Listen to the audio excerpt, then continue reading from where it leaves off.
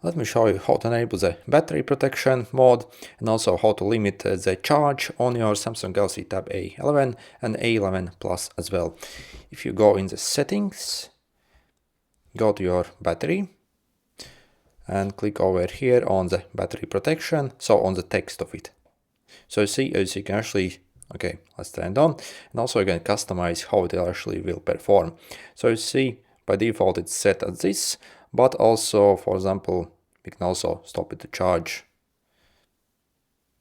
Yeah, also looks like we have to enable this stuff here. Okay.